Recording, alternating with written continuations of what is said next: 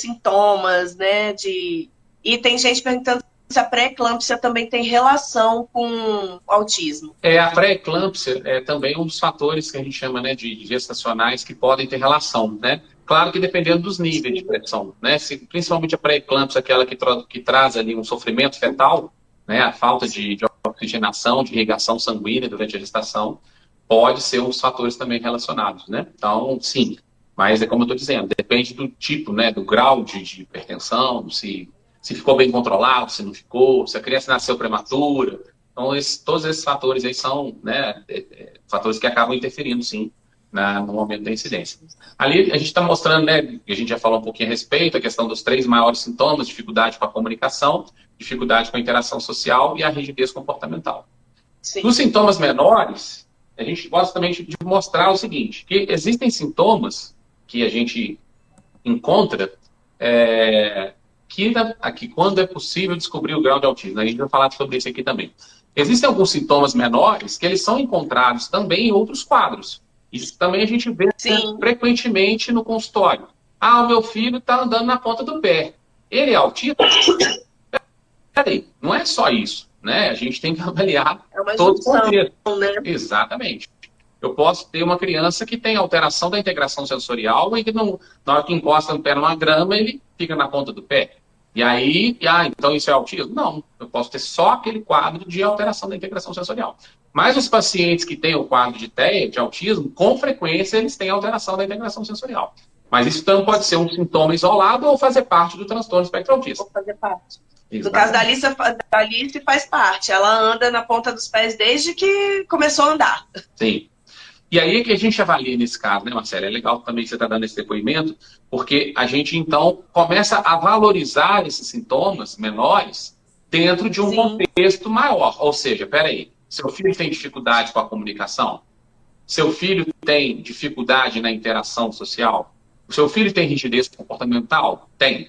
Tá. Então, agora a gente vai avaliar os sintomas menores. E aí, os sintomas menores, quanto mais numerosos eles forem, maior a chance de nós termos o diagnóstico, né? Então, é mais ou menos isso, tá? Então, andar na ponta dos pés é um dos sintomas. Olha lá, hipersensibilidade sonora, né? Festa de aniversário. A Alice já não tem hipersensibilidade sonora. Ela adora uma música. Sim. Então, é legal a gente também falar sobre isso, né? Porque o que é hipersensibilidade sonora? Não tem muito a ver com a questão da intensidade do som. Tem muito a ver com o tipo de som. Então, exatamente. Né, às vezes a criança que tem um transtorno espectro autista pode ficar do lado de uma caixa de som, mas se ouvir o barulho do liquidificador, ela tem uma crise comportamental, fica nervosa, etc. Sim, tem uma mãe do grupo que ela falou que o filho dela, ela teve que parar de usar ventilador na casa dela. Porque aquele zoom que fica do ventilador fazia que ele entrar em crises horríveis. Pois é. Aí você imagina como é que o pai consegue descobrir isso, né? Porque são tantas outras coisas que podem causar uma crise comportamental que até chegar nessa situação muitas vezes é um sofrimento, né? É muito difícil. Né? Geralmente não é de primeira, né, que descobre. Você vai percebendo que está acontecendo alguma coisa e vai pesquisando. É mais ou menos isso aí mesmo. Ó, falando de outros sintomas, que é a dificuldade no brincar funcional, né? O que é isso? Dificuldade no brincar funcional. Uma menina, quando ela pega uma boneca, o que ela faz? Ela nina a boneca, ela dá mamar para a boneca, ela finge que está trocando fralda. Faz. Então ela tem um brincar funcional, né? Um menino pega um carrinho, ele estaciona o carrinho, ele bate um carrinho na frente do outro, faz bibi, né? Então você está brincando de uma forma funcional. Agora, pegar uma boneca, ficar batendo para um lado e para o outro, pegar um carrinho e ficar batendo, né, no chão, isso aí realmente é um comprometimento no brincar funcional. Que também é um sintoma que a gente verifica com bastante frequência nesse caso, né? E eu costumo até alertar os pais, falo, né? Porque a Alice, no início, ela quase não brincava com os brinquedos dela. Ela queria pegar uma colher e ficar correndo com a colher na mão. Ela queria pegar uma tampa de panela e ficar olhando a tampa de panela. Ela não usava os brinquedos, ela usava objetos de forma também não funcional. Sim. E é curioso, você falou aí, Marcela, é assim, eu não consigo explicar do ponto de vista médico, mas a gente observa realmente padrões. A tal da tampa de panela é impressionante. Você É pega impressionante. ele brinca com tampa de panela, mas é muito comum mesmo, né? Tem Sim. essa característica, assim, seja menino ou seja menina. Então, É. de novo, né, vamos alertar aí a nossa audiência o seguinte: uma menina que pegou uma panela, ela tem transtorno espectro autista? Não necessariamente. Se ela Não. está pegando a panela e fingindo que está fazendo uma comidinha, Sim. né? E está ali cozinhando alguma coisa, não quer dizer que não tem né, uma dificuldade no brincar funcional. Não, ela está brincando com a panela, mas de uma forma funcional, né? Sim. Agora, pegar uma tampa de panela, ficar andando com a tampa na mão para um lado para o outro, aí realmente é bem diferente nesse caso, né?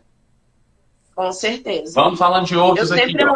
alerto os pais justamente para ficar de olho nesses pequenos detalhes, porque como a gente estava falando, é uma junção. Se Sim, o seu filho faz uma ou outra coisa esporadicamente, você não tem que ficar preocupado, você tem que ficar ali atento. Agora, se você está vendo que o seu filho tem vários desses sintomas juntos, já você tem que ligar o sinal de alerta e realmente procurar ali um neuropediatra para você investigar a isso aí. situação, né? Todos esses sintomas que a gente está se referindo, Marcelo, muito bem o que você falou, eles têm que ser sintomas persistentes, mesmo, né? Sim, Ah, eu vi meu filho um dia andando na ponta do pé. Mas um dia? Não, é algo que acontece realmente com frequência, sim. né? Outro sintoma que a gente vê também com bastante frequência, que a gente chama de estereotipias manuais, né? Aquela criança que tem ou flapping, né? Aquela situação de É, levantar as mãozinhas, principalmente quando está naquela situação de euforia, né? Está ali sim. assistindo um desenho que gosta, está assistindo né, uma televisão, passou lá a Peppa, alguma coisa que ela gosta, e fica lá, né, naquela situação. Ah, mas todo mundo que balança a mãozinha tem transtorno espectro autista? Não. Eu tenho pacientes com ansiedade que vieram ao consultório com esse receio de ter um diagnóstico de transtorno espectro autista por causa das estereotipias, né? E Sim. realmente a criança estava na minha frente conversando comigo, dialogando, mas assim, balançando as mãos, aí você vai ver, tá roendo unha, tá comendo demais, né? E hoje ele faz tratamento para ansiedade. Ele não tem diagnóstico de transtorno espectro Exatamente. autista. Então, também, né, só reforçando isso aí. Com certeza. Tem uma mãe perguntando aqui, falou que o filho dela fica rodando muito. A Alice também tem essa mania de ficar rodando em torno de si ali, né? Sim, Fica rodando, tá? fica balançando as mãozinhas. Às vezes ela tá vendo algum desenho que ela gosta, ela fica tão empolgada que ela sai correndo, fica correndo de um lado para o outro. Isso é muito comum. A gente vai falar aqui também rapidamente sobre isso. Ficar rodando em torno do próprio eixo, né, olhando para cima e rodando. Ou tem criança que às vezes senta no chão e fica rodando. Né? E essa questão também de ficar correndo de um lado para o outro, também, de uma forma que não seja funcional, também é uma Sim, característica bastante frequente. Né? A gente não vai conseguir aqui, Marcelo, falar de todos os de sintomas. tudo, Né? porque é muita coisa. É, daria assim, ficaria aqui horas falando, mas assim, realmente essas características aí são muito encontradas, né? E aí a gente está realmente trazendo esse alerta. Por quê? Outra coisa interessante que você comentou.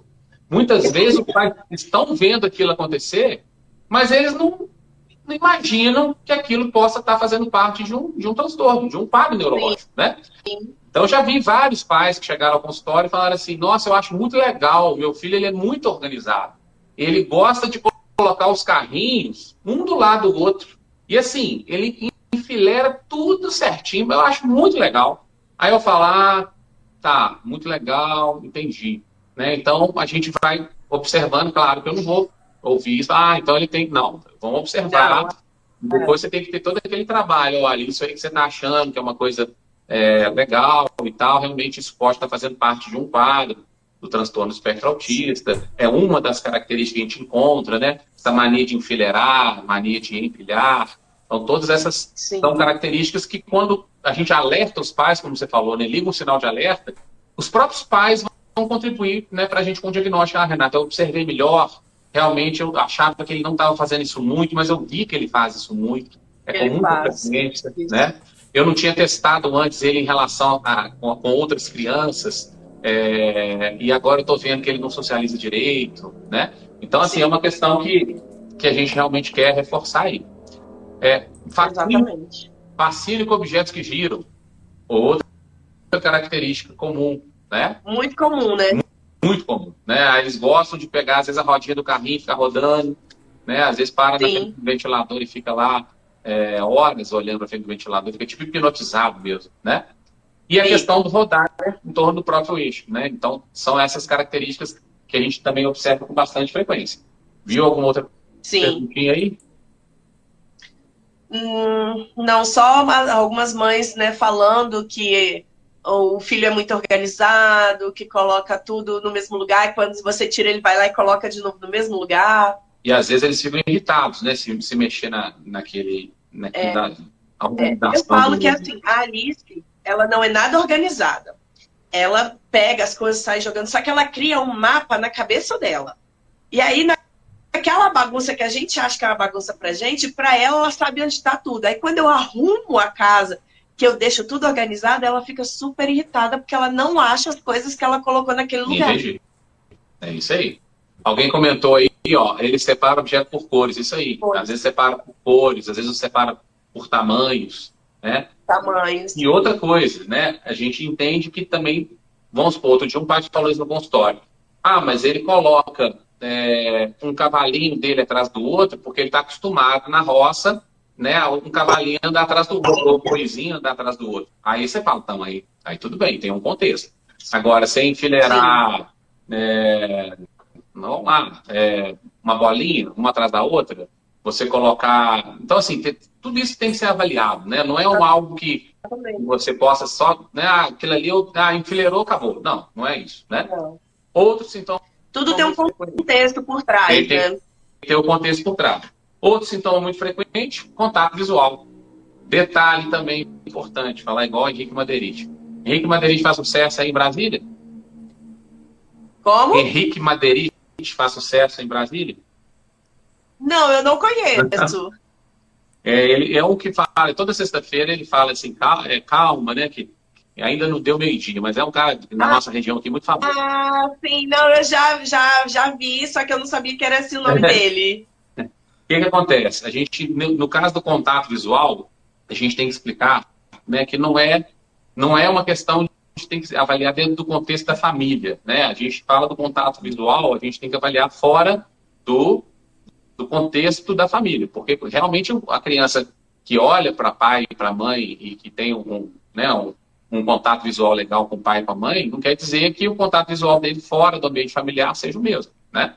Então, outra característica que também é comum é essa, ele não atende quando ele é chamado pelo nome. Mas ele Aí parece, você pode morrer chamando ela e ela não responde. mesmo que não tenha nenhum problema auditivo, né?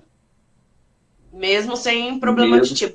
Eu acho que é por isso que eles pedem o BERA, né? Justamente para avaliar se a criança não tem nenhum transtorno auditivo ali. Exatamente. Então, assim, eu acho que alguém perguntou aí mais cedo, né, se existe algum exame que possa dar o diagnóstico. Na verdade, assim, a gente não dá diagnóstico através de exame. Mas o exame de BERA, que é o exame que avalia a função auditiva, a gente faz com frequência, né? A gente pede justamente com o objetivo de afastarmos algum outro diagnóstico que possa ser um problema auditivo, realmente, né? Claro que um déficit auditivo, Marcelo, não vai trazer um prejuízo para a relação social, né? O déficit auditivo não vai fazer a criança ter uma rigidez comportamental de enfileirar as coisas, etc. Mas justificaria, por exemplo, uma dificuldade na fala, na comunicação. Né? Então, é um exame que, no fundo, tem a função de exclusão, não um exame que vai dar diagnóstico. Até o momento, realmente, um exame para o diagnóstico do autismo, né? Doutor Renato, eu tenho uma dúvida aqui, uma pergunta. Muitos médicos pedem o eletrocefalograma, né? Sim. Esse eletrocefalograma, ele é feito para você analisar a possibilidade da criança ter epilepsia no autismo? Então, na verdade, eu também faço esse exame na minha rotina. Por qual motivo? Sim. Existem algumas síndromes que a gente chama de síndromes epiléticas. Elas são, muitas vezes, diagnosticadas do ponto de vista eletrográfico. Então, existe uma síndrome que aqui é só a título mesmo de curiosidade, chama-se síndrome de Landau-Kleffner.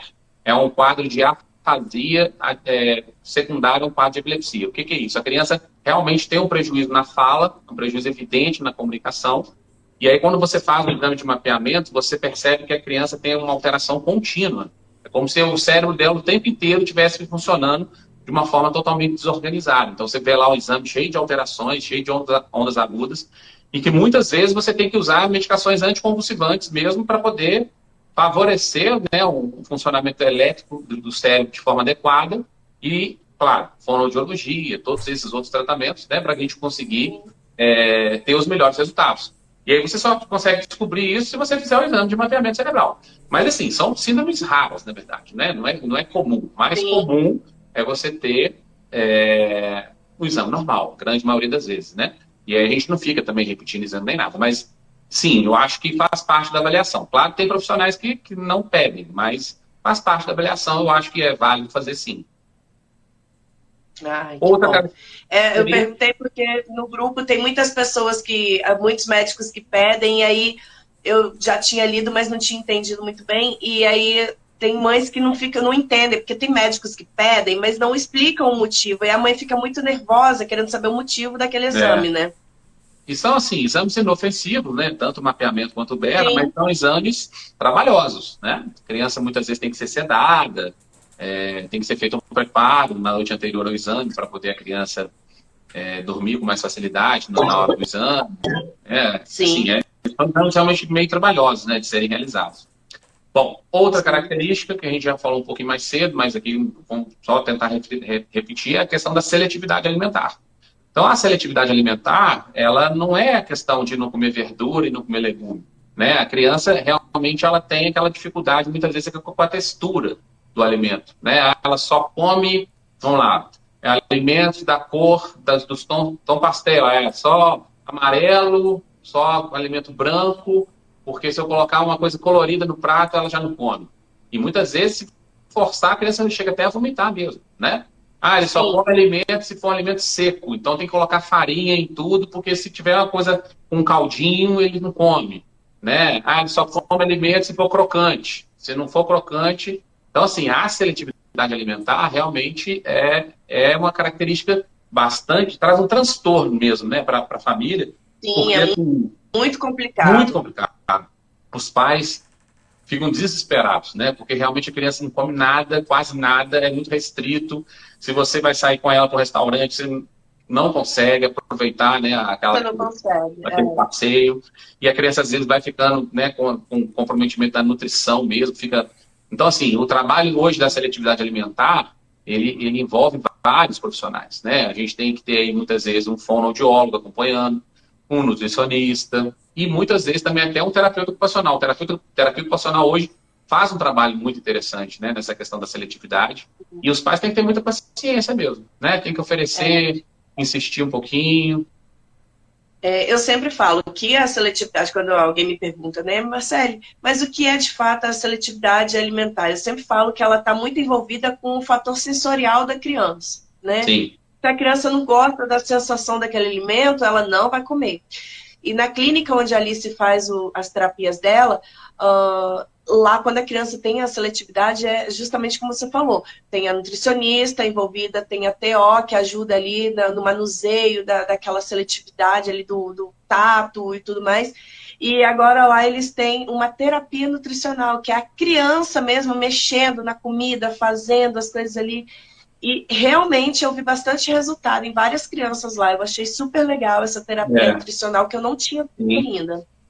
Então, assim, é isso, né? Na verdade, o transtorno espectro autista como um todo sempre tem que ter essa abordagem multidisciplinar que a gente fala, né? Sim. Então, é uma equipe que tem que ser montada para atender as demandas daquela criança, desde muito cedo, né? Então, eu estou vendo alguém falar aí que não tem vaga para terapia ocupacional, nem no particular. Pessoal, esse é um drama mundial, na verdade, né? Existe uma demanda hoje muito maior de pacientes que precisam das terapias do que os profissionais disponíveis, Profissionais. né? E são Aqui terapias. em Brasília tá a mesma coisa, é fila de É, espera e quando você consegue, não larga mais, porque senão você fica sem mesmo. exatamente. E por que eu gosto de explicar isso, né, para as famílias, que é assim, são pacientes que vão ficar muito tempo fazendo essas terapias.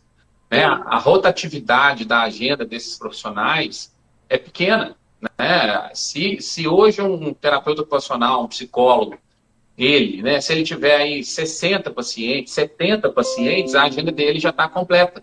Porque Já. o mesmo paciente da segunda-feira, 8 horas da manhã, na outra segunda-feira, 8 horas da manhã, é o mesmo paciente. Na outra segunda, é o Exatamente. mesmo, né? Então, assim, realmente não Isso tem quando vai só uma vez, né? Porque a Alice mesmo faz 3 vezes por semana terapia. Então, tipo assim, isso é aí. muito tempo. Então, só ali se ocupa, né, aquele horário 3 vezes por semana. Ou seja, Sim, realmente, né? Aí fica realmente difícil, porque, né, como os pacientes demoram a receber alta e tudo, né, fica essa lista de espera aí, e é uma situação muito ruim mesmo, né? Porque as famílias ficam ansiosas, as famílias sabem que precisam daquela terapia, mas não conseguem, então, assim, gera essa frustração, e é uma situação realmente bem, bem ruim, né? A gente tenta sempre fazer de tudo para orientar, mas você imagina, tem faculdades aqui na nossa região aqui, só tem uma cidade, que é em Belo Horizonte, que é a capital, que sim. hoje tem uma faculdade de terapia ocupacional. Só lá. Você imagina, aqui em Lafayette já teve, fechou, né? Outras cidades aqui do entorno nunca nem tiveram essas faculdades, então é complicado, né? Acho que isso aí É, a gente precisa, né, mudar essa realidade, na verdade, né? Ter mais difícil. curso, mais É, capacitação. tem muita gente falando que não consegue aqui nos comentários, e realmente é muito difícil. É um drama que a gente vive, porque realmente está muito difícil para os próprios profissionais conseguirem se capacitar. Com certeza.